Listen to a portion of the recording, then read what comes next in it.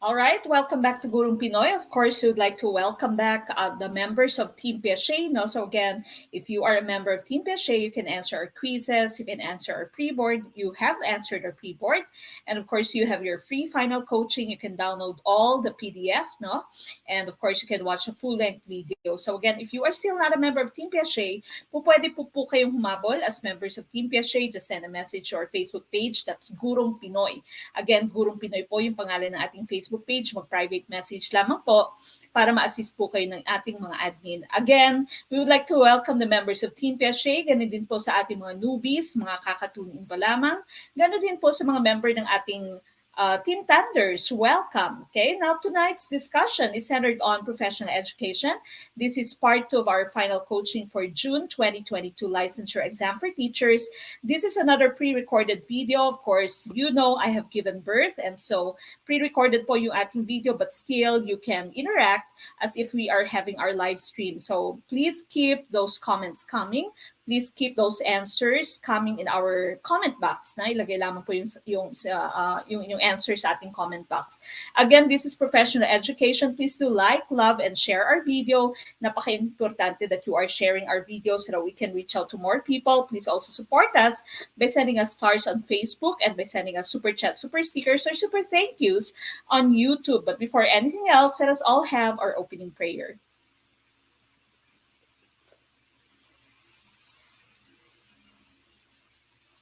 We thank you for this new day, Lord.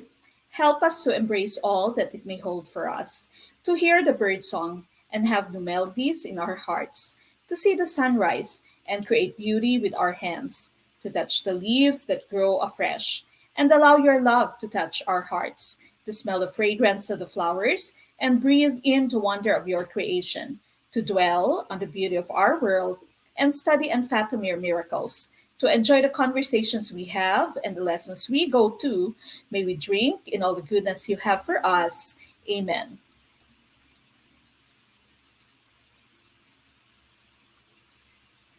All right, so once again, as I have mentioned, this is Professional Education Part 2 of our final coaching for LET June 2022. This was also part of your pre-board.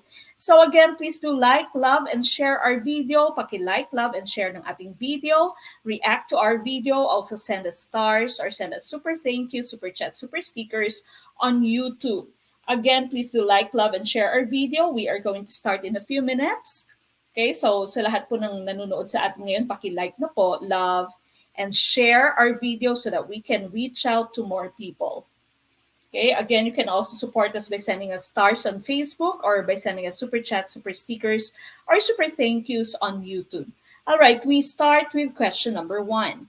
In the scientific process, what thinking skill is referred as a process of mentally analyzing and evaluating data and evidence? Is it letter A, constructive thinking, letter B, creative thinking, letter C, problem solving, or letter D, interpretative thinking?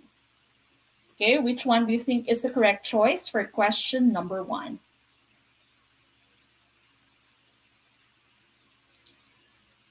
Thinking skill, process of mentally analyzing and evaluating data and evidence.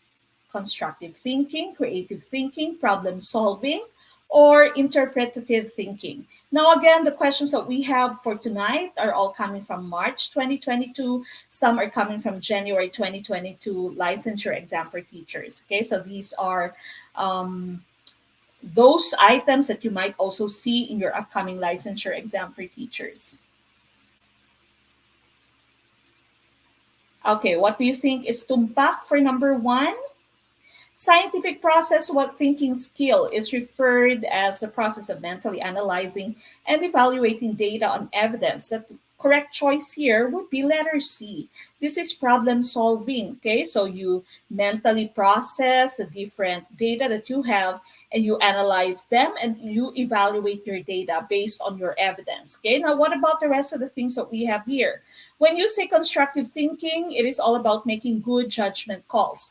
This comes back to the process of effective decision making and knowing how to respond appropriately to circumstances. Okay, so when you use constructive thinking, you try to analyze the situation so that you can come up with good judgment, so that you can make good decision. Okay, so constructive thinking. And creative thinking, of course, is a skill that enables you to produce original and unconventional ideas, novel ideas, new ideas. That's creative thinking. While interpretative thinking includes analytic thinking, predominant in the critical thinking movement, as well as thinking that's reflective, embodied, and pluralistic.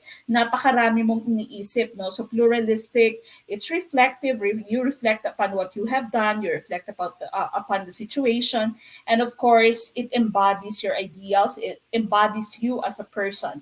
But when you say you mentally analyze and you evaluate the data based on your evidence, that would be problem solving. So problem solving po, ito po yung definition for problem solving. Okay, so again, if you are a member of Team Piaget, you don't need to take down any of these notes or take any screenshots because the PDF is going to be shared to you or with you after we have our live stream. Okay, number 2.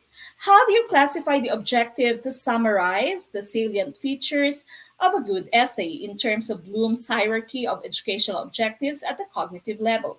Letter A, analysis. Letter B, application. Letter C, knowledge. Or letter D, synthesis?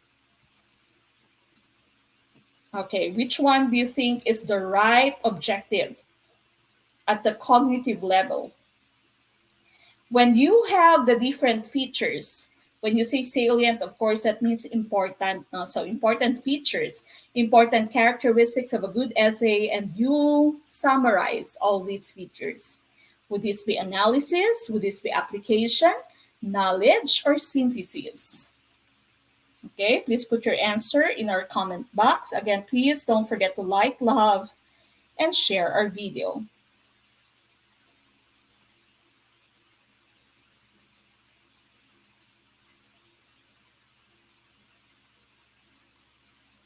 Okay, what's your choice?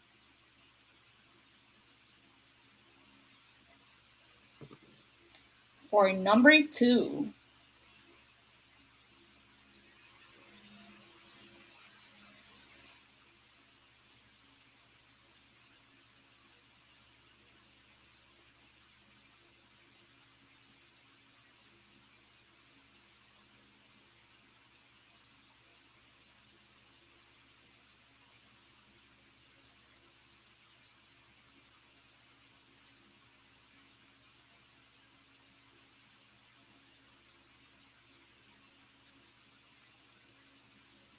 Okay, going back to question number 2 here. How do you classify the objective, summarize the salient features of a good essay?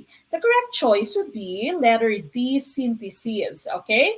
Now you remember analysis. When you say analysis kasi, you break down the whole. So you have a whole, meron kang buo, and you break them down, or you break down the different parts of the whole. Application is when you can put into another situation whatever it is, or you can use whatever it is that you've learned inside the classroom to a real life application or real life situation. Knowledge is just simple recall. Identify, name, list, knowledge level lang po yan. Okay? So to summarize the salient features of a good essay, you have the different features. You put them together and you summarize. Okay? You create a new summary, for example. And so that would be synthesis, or what we call create. Okay?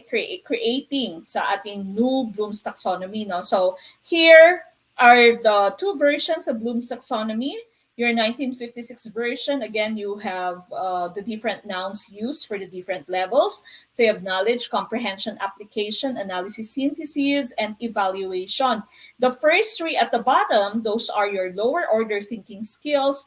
The last 3 on top, no, those are the higher order thinking skills. So again, we were using just the nouns. Now, for the new version, 2001, from nouns, they are now using the different verb forms. So remember, sometimes in some versions, it's remembering, ing form, no, understanding, applying, analysis, analyzing.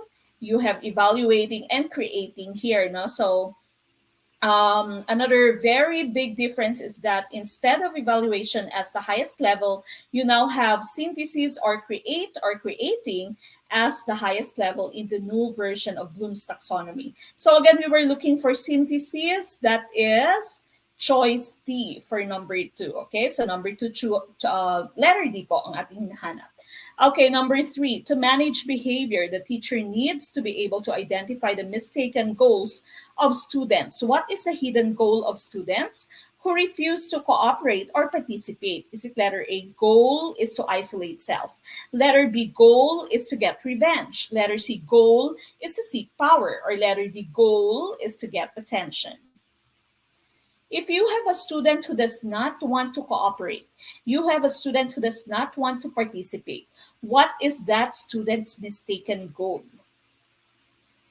Okay, is it letter A, to isolate self, letter B, to get revenge, letter C, to seek power, or letter D, to get attention? Okay, which one do you think is tumpak for question number 3?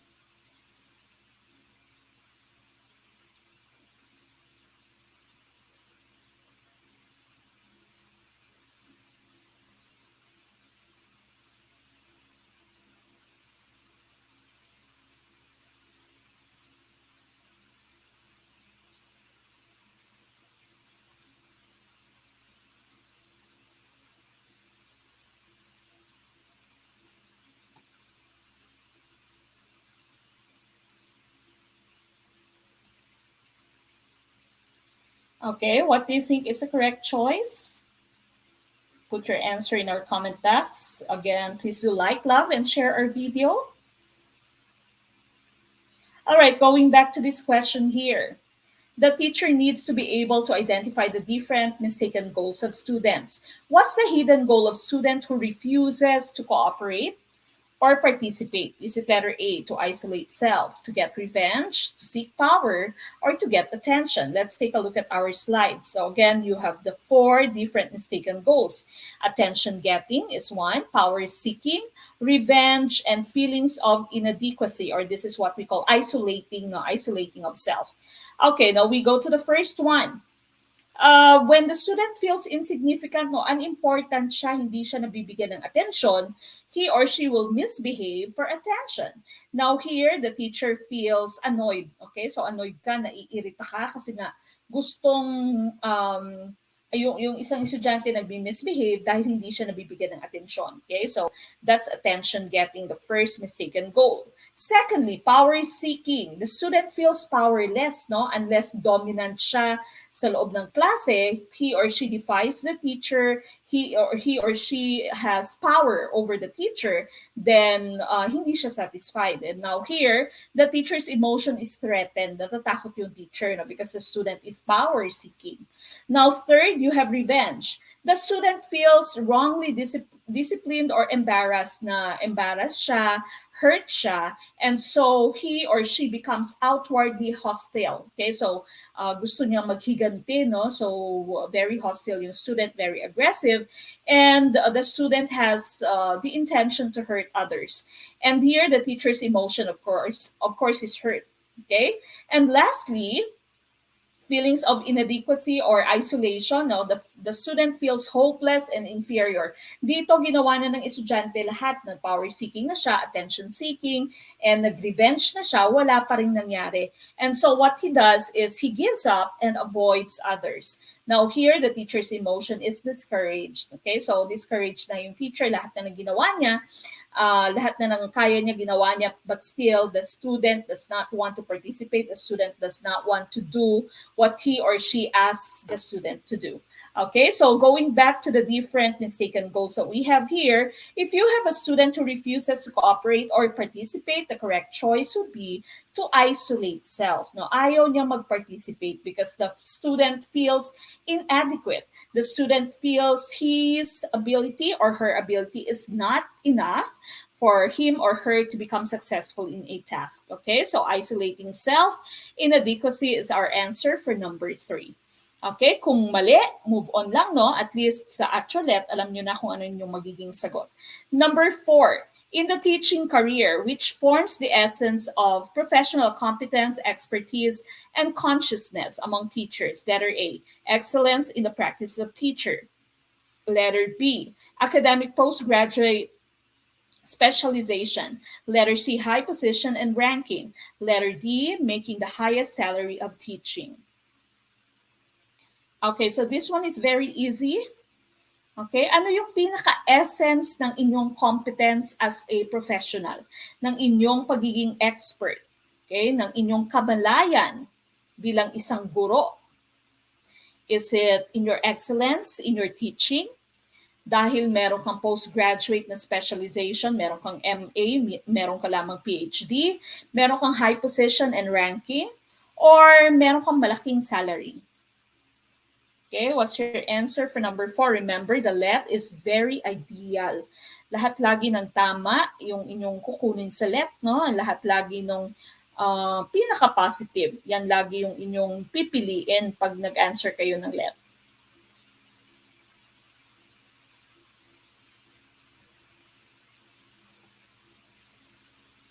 Okay, what's your choice for number 4?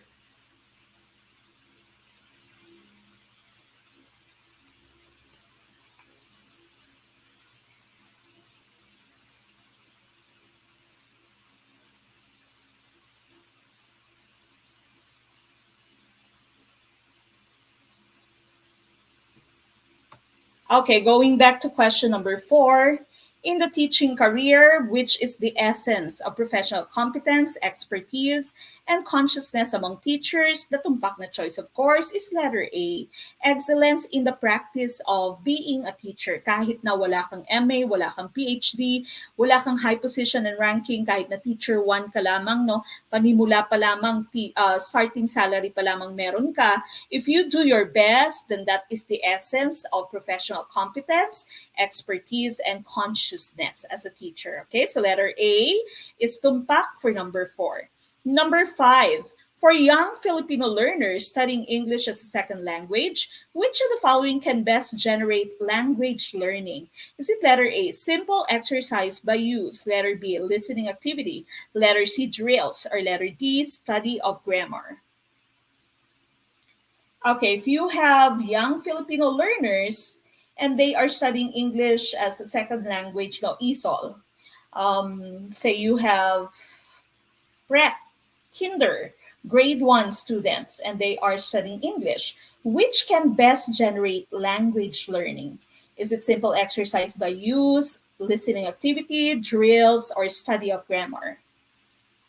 Okay, what's your choice for number 5?